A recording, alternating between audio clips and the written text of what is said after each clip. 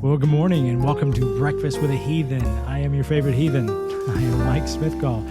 And this is our Sunday morning chat show, very laid back. Get yourself a cup of coffee. I'm going to have a sip of mine.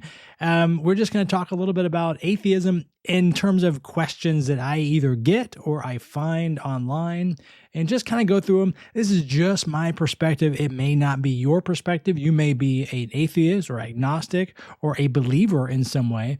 And this is just a way for me to kind of give you my perspective and maybe dispel some myths, or for the people that are going through some level of deconstruction, maybe they have a question that I've already answered for myself, and my opinion or my advice or the way I handled it might give them something to think about. They don't have to follow that, of course, but if it helps them, then even better. So without any further ado, let me take one sip of my coffee here.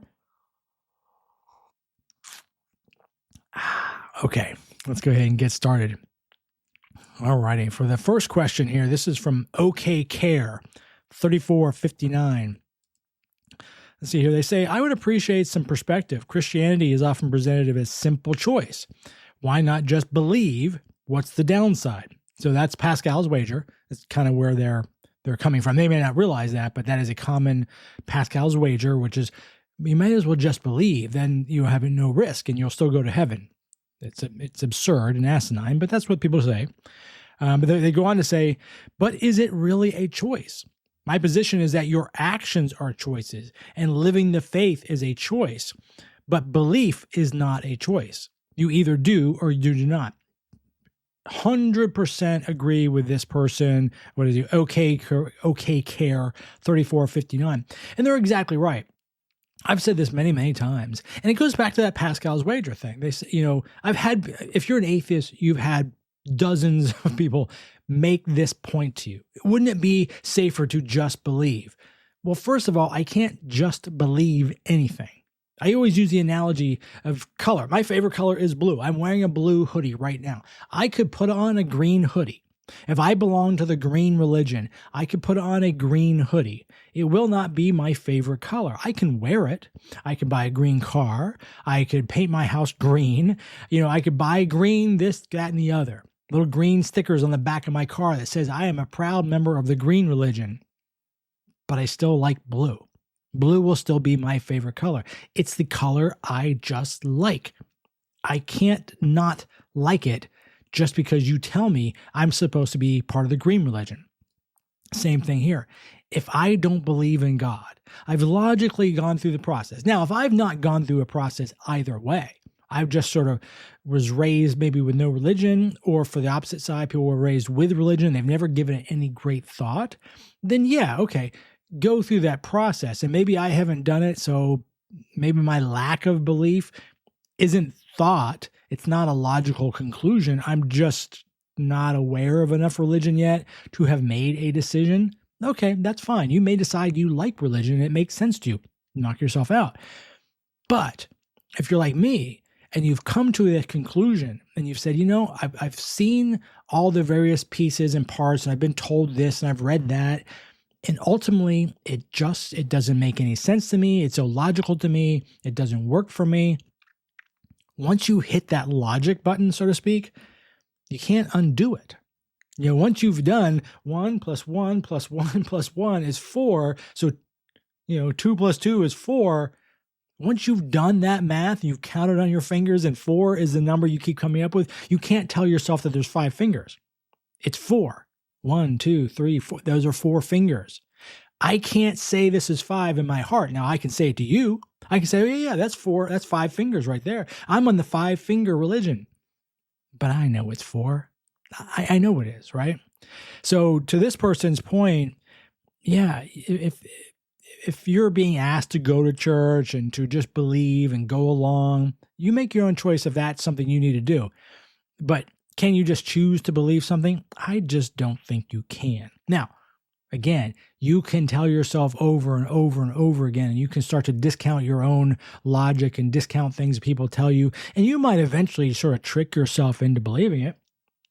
If that's the case, fine. I mean, not fine in the sense that I think you're making the right decision, but yeah, that could happen.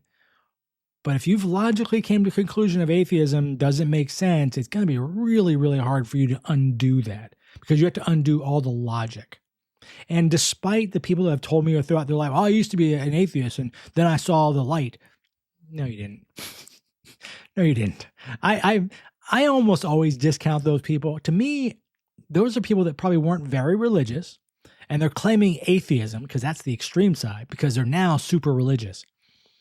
You were probably not an atheist in the logical sense. You were a non-believer or a non-religious person, and then you went to church or wherever and you got very religious. But I can't imagine you came to that 1, 2, 3, 4 conclusion and then suddenly said, you know what, now that I think about it, these 4 fingers, those are 5 fingers. It doesn't work that way. Not to me. I don't know, maybe you. All right. Next question is from Masaki6.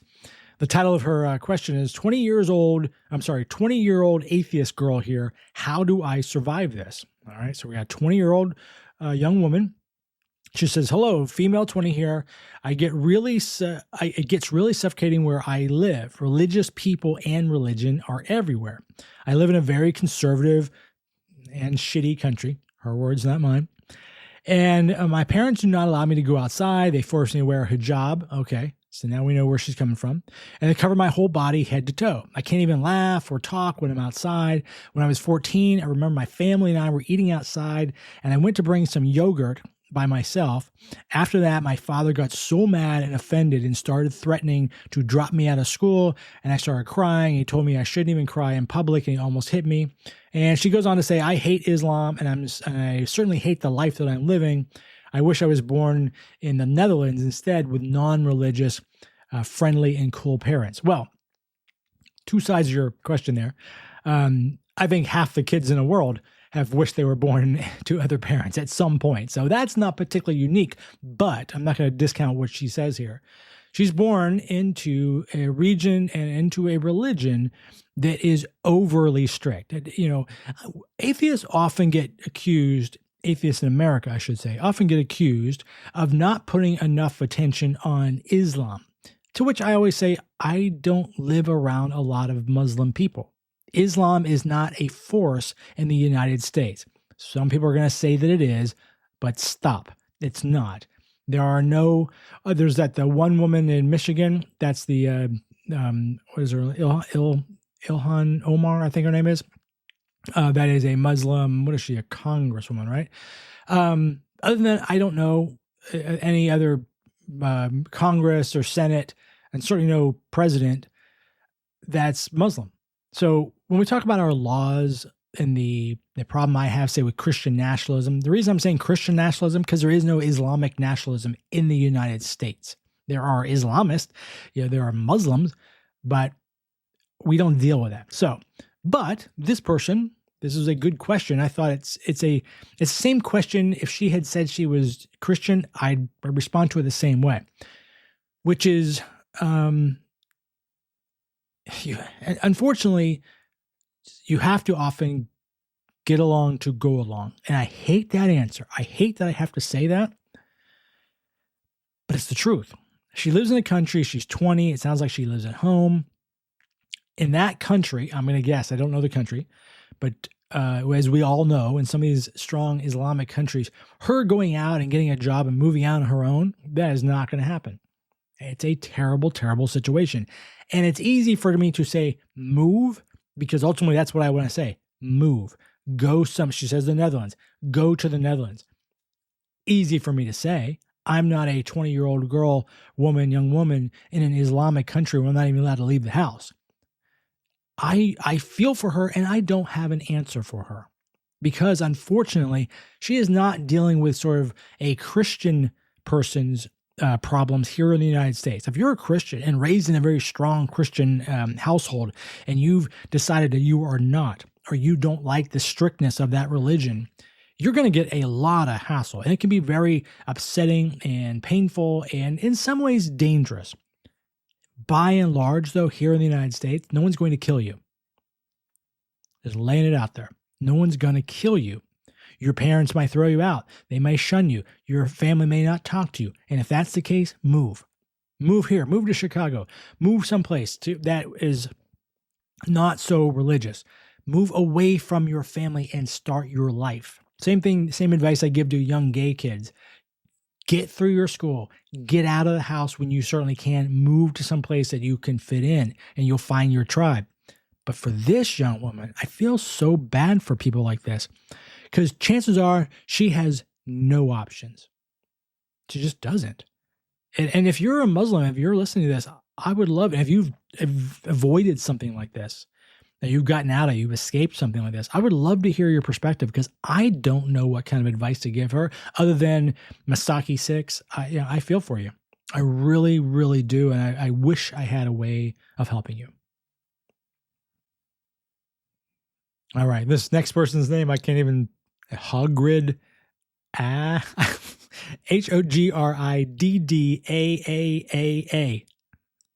If I'm missing what that's supposed to mean, I don't know. Sometimes I feel like I'm too old. I don't get some of these references. Maybe it means nothing, whatever. But their question, I thought this was an interesting question. Are you scared of making fun of God? I am not, but let's see where they're going. This is like, I don't believe he's real, and I don't know if this is just part of deconstruction, but I've heard of some pretty bad stuff happening to people who said the wrong thing about him, and I guess his ego got hurt, so he punished them. Very loving, he puts in quotes. Do you ever feel like being careful about what you say about God in case he is real so that he doesn't punish you? He goes on to kind of down that line. No, I do not, but I don't know how old this person is. They don't say. And I don't know where they are on their journey, but I'm going to tell you they're further behind than I am because I don't fear offending and therefore being punished by something I absolutely do not believe exists. You know, if you can prove to me they exist, that's fine. But I live my life as if there's absolutely no God. Therefore, I'm not fearful of offending God. Now, remember what I said. I'm not afraid of offending God. I don't purposely set out to offend Christians. I'm not going to go into a church and start saying, you all suck. There's no God. I'm not going to do that. That's just offensive as a human being. It's just rude. I wouldn't do that in any other circumstances either. I'm not that guy. I'm not the protester kind of. It's just not my style. There are people that need to do that. I get it. It's just not me. But if I were to find myself in a situation where I mocked God, I wouldn't be bothered by it. You know, I can make jokes about God. It doesn't bother me. It's like making jokes about Spider-Man. You know, it's a common cliche, but me joking about Spider-Man, same thing. Spider-Man's not going to come get me. Batman's not going to come get me. The Bigfoot's not going to come get me. You know, Loch Ness Monster isn't going to come get me, and neither is God. But this person's got a little bit of doubt. You hear what they're saying, right? They say this. You feel like being careful about what you say in God, just in case he's real. So I feel like you're not as far along on your journey as I am, and that's okay. We all start out someplace and eventually move your way to different phases. That is probably going to pass as you get older, or you just get more experience, I guess, or further down the road in terms of your deconstruction. As you become more and more sure of your beliefs, and therefore less and less sure of your old beliefs in terms of you were a religious person, now you're just not. After a certain point, you're like, God's not watching me. I'm not having to answer to God, meaning I'm not answering to that guy's religion. Because remember, none of us have met God. All we've met is people who tell us what God says. So we're not offending a God because we don't know what would offend God if there was one. All we're really thinking is, well, that guy at that church told me this would offend God. Well, I don't need the second hand or third hand or whatever level of information. I don't need this proxy guy saying what God says. Let God tell me what he says. Let God come to me and say, this is wrong and I'm offended. All right, well, that happens. I'm going to listen. In the meantime, I'm not worried about offending Pastor Johnson's opinion of what he thinks God meant in the Bible that was written and rewritten and interpreted and rewritten again. Do you see what I'm saying? Probably laying that on a little thick for Sunday morning, But you see where I'm going with that. So no, I'm not offended. I'm not afraid of offending God. I'm not afraid of his wrath, all these sort of things that believers will tell me I should be. I'm just not. And I don't think you will either. Hagrid, whatever your name is. You won't be either at some point if you continue down this road. But in the meantime, yeah, I get it. All right, so we have another one. This is from Analogia Entis. I think I've said that name is familiar. I think I've read something from them before. Analogia Entis. This was a YouTube comment on my channel, so I know that means I've dealt with them in some way. And their comment is, "Dear fools." I guess I'm one of the fools. "Dear fools, if I accept what you say because you said it, there is no critical thinking. Fools," in capital FOOLS. Okay, Analogia Entis. If I accept what you say because you said it, there is no critical thinking. Well, why would you do that? If you accept anything I say just because I said it, that would be foolish. That would be ridiculous. I would hope you wouldn't do that. I would advise against that. You shouldn't accept anything anybody says, which ironically, I'm going to go with this person's religious. And I'm going to go, as I just mentioned in the last comment, that everything they believe about God was told to them by somebody. I'm 100% guarantee that what they believe about God and Christianity was told to them by somebody, and almost 100% guarantee it was told to them by a man. So some guy, as I mentioned earlier, has read the Bible, and he's come up with his own interpretation. Because remember, you put 17 preachers in a room, they're not going to agree. They're going to have differences. That's why we have 30,000 different versions of Christianity. We have umpteen number of books. I've got the King James laying right here. I will pull it out. I got the King James right here. That is just one version of the book. And this book was poured over and pieces added and taken out over the history before they actually came up with the King James Bible. So this person has accepted everything those people have told them. But then she looks at me on one of the videos, and I don't remember which video this was on, and says, if they accepted it, if they accepted what I said, there'd be no critical thinking. Well, in a weird way, yay, you've come to that conclusion that just purely accepting things on face value is not critical thinking. So I applaud you for that. But it's weird because you kind of ran head first into the point and yet still missed it. So, Analogia Entis, you have a great day. Thanks for checking in. All right, who we got next on here? Aware Priority 1807, ex-Christian relationship. So, an ex-Christian and a Christian relationship. I had to read that a couple of times. So my Christian boyfriend of 1.5 years wants me to convert back to Christianity so we can get married. Okay.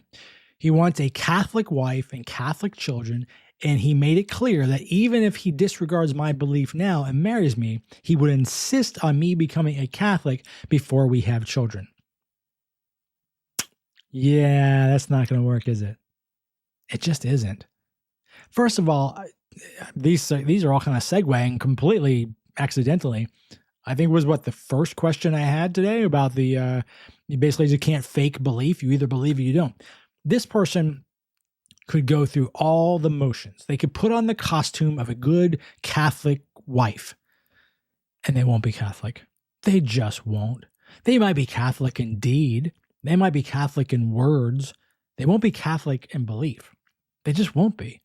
If they are at a point where they no longer believe in Christianity and they are agnostic or atheist or something along this line, and they do not believe in Christianity or Catholicism at all, and they're husband to be, they don't even say fiance, just boyfriend. If that person is insisting on them converting to something, yeah, I don't see that working out. I really don't. And I don't mean them any ill will or any harm, and they could be both just great, loving, lovely people. But the fact that he's insisting on her going against her own, in this case, she used the word belief, the belief, say, in there is no God. He's insisting that she disregard all that and go back to his religion. It's going to be a problem. I would say it's much easier to convert from a Catholic to a Christian, from a Catholic to a Baptist, or even a Christian to a Jew, because at least the common denominator is you both believe in a God. But if you do not believe there's a God, you slice and dice how people believe all they want, call it all kinds of different religions. I just fundamentally don't believe there's a God, and you do, but you're insisting that I do before we get married. It's not going to work if you're that strong. Now, if the other person said, well, I'm a Catholic and I know you're not, I wish you were, but that's not a big deal. Fine. That'll work all day long. My wife was not an atheist through most of the first half of our marriage. And it's just something she came to eventually. I don't care. It didn't bother me in the least. We never had any major discussions over it at all. I mean, she knew my beliefs. She knew my thoughts. I knew hers. She was raised Catholic. Didn't bother me. If I were to, if I wasn't married now and I was out looking for someone to date, and they said, I go to church, I am casual about it, but I believe, fine. As long as you are okay with me not believing, we can get together and have a great time. That's fine. I can absolutely fall in love with somebody if I had to that was a believer. Not a problem with that. But this person's not giving her that option. He's insisting that she become religious. Insisting that she become a Catholic and that she believe, and that they therefore raise their children. Well, I'd say good discussion to have now. I think she said she was a year and a half into this relationship. Yeah, good that you're getting it out of the way now. Yeah, you might want to find out how big of a button this is, and you might want to start looking for the exit, because I don't see them changing. You know this person better than I do. Obviously, I'm just making broad strokes here, but yeah. I don't see it happening, man. So what is your name again? Aware Priority 1807. I wish you good luck with that. I really do. I hope it works out for you. Come back and report if it didn't. I'm afraid that's where it headed. Sorry. All right, so here we have, this is actually, I thought, a good point. So this is from Impossible Youth 465. And the name of the title of this is How Christianity Influences Abusive Relationships. A little provocative on that one, isn't it? But here's what they say, and I thought this is actually a really good point. It says, replace everything people say about God with your partner. So, for example, you're nothing without your partner. If you leave your partner, you're doomed forever. If you're inherently a bad person, only your partner can give you your worth. Without your partner, life is terrible. And they go on to say, see what I'm talking about? And they're exactly right. Very often with the religious people, God supersedes any other context in which you would say that, right?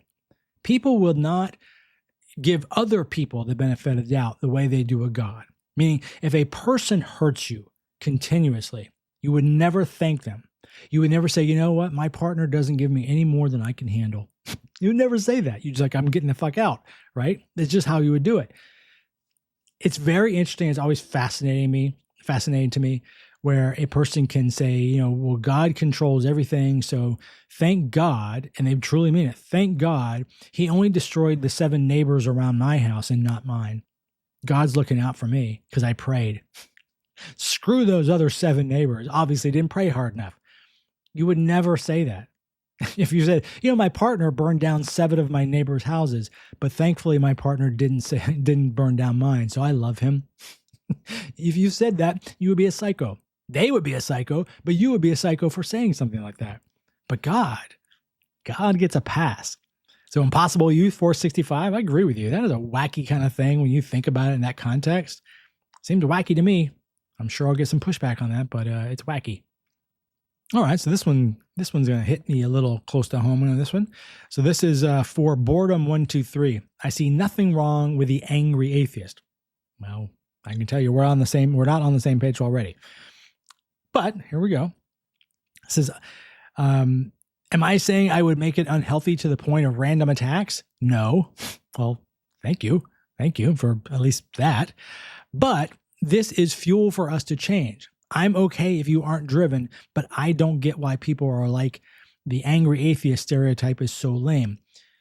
I don't know if I'd say lame. I would say it's not for me.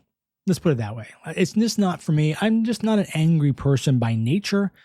I certainly can get angry. I can get riled up. There's a great many things that annoy me, but I'm not an angry activist type. I'm just not. By the same token, we do need people like that occasionally. We really do. And I've said this about a lot of things. I think that atheism could take a good page or chapter out of the LGBTQ movement, meaning that when I was a kid in, say the 70s, when I was a little kid in the 80s, there certainly was various gay movements, but your average person wasn't out. Meaning, I didn't know any gay people when I was a little kid. I didn't know any gay people until my mid to late teens. I know kids that were gay in high school that didn't come out till later. I knew adults that I later found out were gay, but people weren't really out, right? But thankfully, there were people that did march, and there were activists that did make a point, and there were people that did fight for the rights that LGBTQ enjoys today. The fact that we have the Marriage Act in 2015 is because people fought very hard to get those rights. I think atheists really should take a page out of that. But at the same token, that means some people will be activists. Some people will fight in court. Some people will do what I'm doing here and just trying to make people aware that I am just like your neighbor. I'm no better or worse than your neighbor. I just happen to not believe in God. That's why I do this particular podcast and this YouTube channel, so that I can normalize it. Somebody else, like this person, for boredom 123, if they want to make themselves an activist and make a big fuss and be the angry atheist, that's going to turn off a lot of people, but it's going to get some things done. So I don't think that's wrong. I just think it's an alternative way to go, and it's not the way that I would go. But for boredom, knock yourself out, man. If that works for you, yeah, man. Someone's got to do it. Unfortunately, someone's got to do it. Nothing happens until people really push. And the status quo generally doesn't change anything. So I admire people that are willing to do that. It's just not my style. So this was an odd one, I thought. Fast Adeptness 9825. What's going on with all the Christian magazines hitting the racks? Magazines? Are there still magazines? Are there racks? I guess I need to go to a Barnes & Noble. Last time I was in, they had magazines, but there used to be like 7 racks, like big racks full of magazines. Now there's like 1. Yeah, it says went in Sprouts today, like a Whole Foods. I've never been in a Sprouts, but I know what they are. It is like a Whole Foods from my guess. There were 4 magazines with Jesus plastered across the front, including Time. I feel like I'm in the Twilight Zone. Seriously, what the hell is happening? Now, I'd have to see that Time magazine and to know why Jesus was on the front. Because their first part of it, what's going on, all the Christian magazines, I thought they meant like, what is it, the Watchtower from the Jehovah Witness. If Jesus is on the front, there might be a good reason for that, in the sense that if I was making a magazine, I might put Jesus on the front because I'd talk about Christian nationalism. So you have to understand what the context is. But are there Christian magazines like that have come out and that people are buying? Okay, that's weird. I'm fairly skeptical of that, just because who buys magazines? That's a losing proposition. You're putting out a magazine now, maybe in a Christian circle, because they tend to buy into everything, like Amway. If you're old enough to know what Amway is, maybe there are Christian magazines you can sell at the Joel Osteen, gift store in the Joel Osteen church. Fine, okay, whatever. But if you're going to a Barnes and Noble and there's a bunch of Jesus magazines, that's weird to me. Didn't know what they are. Let me know if you've heard it or if you've read anything like that or you've seen it. I'm not familiar with that. That's odd. All right, so this next one is from Cat Crazy Jerry. All right, Cat Crazy. I am cat crazy as well. You can't see it in the camera, but I got a cat sitting on a chair that she sits there like 7 hours a day doing absolutely nothing. So, yeah. But I love her. She's a great cat. So Cat Crazy Jerry, why do some theists think that personal experience and anecdotal evidence prove God and the afterlife exist? Yeah. I don't even know if I have to read their whole thing. This is my father told me that he believes in God because my grandmother told him things that happened while she was working as a nurse, and I think she was caring for dying patients. And they believe in the other side because these are what do you call them, near-death experience kind of stuff. When people die, or is that what they're called? I feel like there's another term I'm missing, but when people die, they supposedly see the other side, and then they're jolted back to reality, and they say, "Oh, I saw Jesus," or "I saw the light." Yeah, skeptical. Color me skeptical on that. But yeah, your anecdotal information, which is not even usually that dramatic. It's just that I needed a job so bad, and I was on my last dollar, and I was about to jump off a building, and when you know it, some guy sent me something through LinkedIn. Okay, God works mysteriously through LinkedIn apparently. And that's their evidence that God exists. Or it's evidence that coincidences exist. Yeah. And you can interpret them, as humans are very good at doing. You can interpret a pattern. Sometimes when no patterns exist, you can interpret that to be God. You can interpret that as mass marketing by that company. That's why they sent you a job listing. You can interpret it by some guy started the company LinkedIn, and you happen to join that site. I mean, there's a million things it could be. It's not God. Not in my opinion, it's not God. And your anecdotal evidence there isn't evidence. It's not duplicatable evidence. It doesn't follow any sort of scientific method. You can't reproduce that. So yes, but it is super common. I can guarantee you, if you're an atheist, you have been told some example, and I've used a silly example, but you've been told something along that line that is supposed to prove to you beyond a shadow of a doubt that God exists because of this. And I'm just going to say, no, that's not it. There's probably a million explanations. And I always go back to this to be a bit snarky, but you have to understand the point of where I'm going with this. A good sort of example people would use, like, I had a brain cancer and I had a tumor in my brain, and the doctors can't figure it out, but the tumor just went away. Okay, I'm skeptical of that as well, but let's say it did. Well, the doctors don't know how it got there to begin with, so the fact that it went away doesn't mean that God took it away. It just doesn't. It doesn't. The body does some odd things that defy what we understand. But the point is, what we understand. There are things that we don't understand. And now that I've said that, I'm sure someone will say, yeah, but God could be one of those things you don't understand. All right, if that makes you feel better, fine. But what God never seems to do is grow that leg back. I saw a girl the other day on TikTok. She was doing like a muscle, and then the camera moved over, and she just had like a really small, basically what was left of a bone wrapped in skin. Is God going to grow that arm back? Not a chance in hell is God going to grow that back. Could he remove her tumor though? Yeah, tumors do go away sometimes. On their own, not often, but I guess they do. That arm is never, ever, ever in the history of humanity ever grown back, and it's not going to grow back. So I'm a little skeptical of God removed the tumor, but God can't regrow an arm. Right?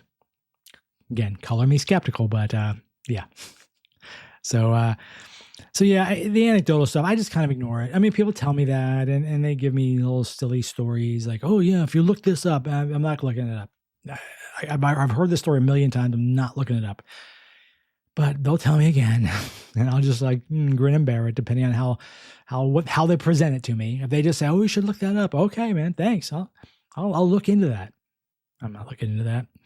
They try to tell me that I'm basically completely wrong and I'm a moron because I haven't looked into this. I'm like, no, let me break it down for you as how dumb that is. But generally, that's not how I go. I'll say one or two more here. Okay, let's end on this one. This is from Alarming Safety 3200. Alarming Safety 3200. Why is life so peaceful once you accept there is no God? Now, when I first read that, I kind of flipped it. I thought they were saying, why is life so peaceful with God? And then they were saying, no, they're saying the opposite here. And this is interesting too. This is, I'm nearly 17 and was a Christian until 2024. So if they're nearly 17 now, that was 2 years ago, right? I mean, they were 14. They were nearly 15, I assume. And I just realized it doesn't actually make any sense. The concept of there being a figure we never see or know of, but must trust him with everything. It didn't take me too long to figure out that we invented God, not the other way around.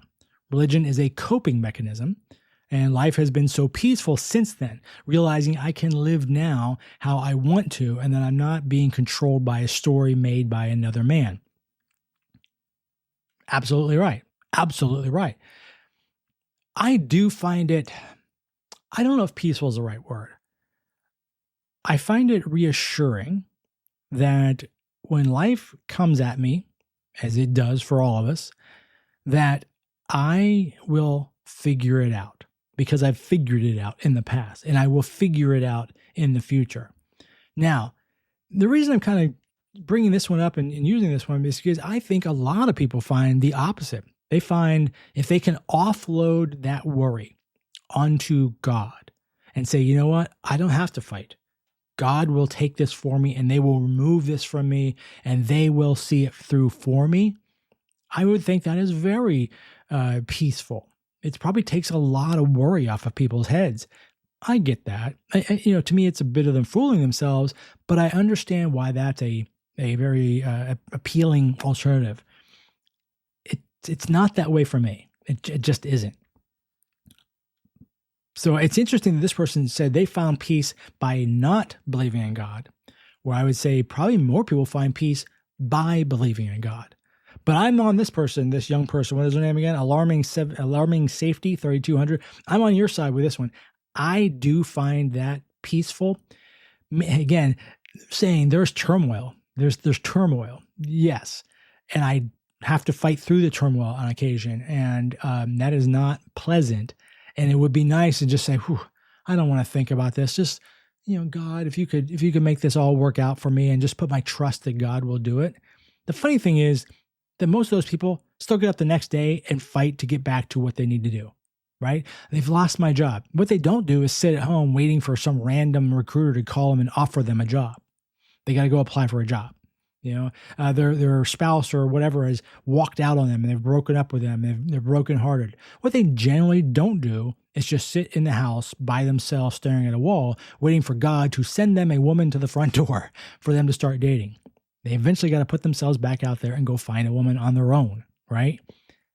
So they might have tried to offload those feelings, but the actions, most people have to take their own actions. And to me, you could skip the giving it to God sort of thought process and just start those actions right away, and you're going to end up with the same results.